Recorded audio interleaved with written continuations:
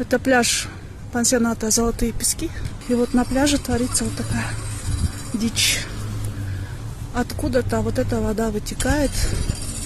И представляете, она вливается в озеро. Вот. Мы уже час здесь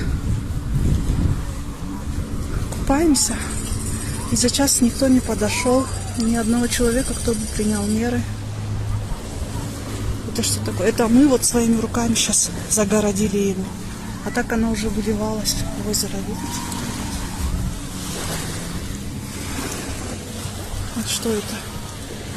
Это вода полная мусора, непонятной слизи. И она вытекает вон оттуда, с администрации, с пансионата и так далее. Или с вот этих гостевых домов. Непонятно.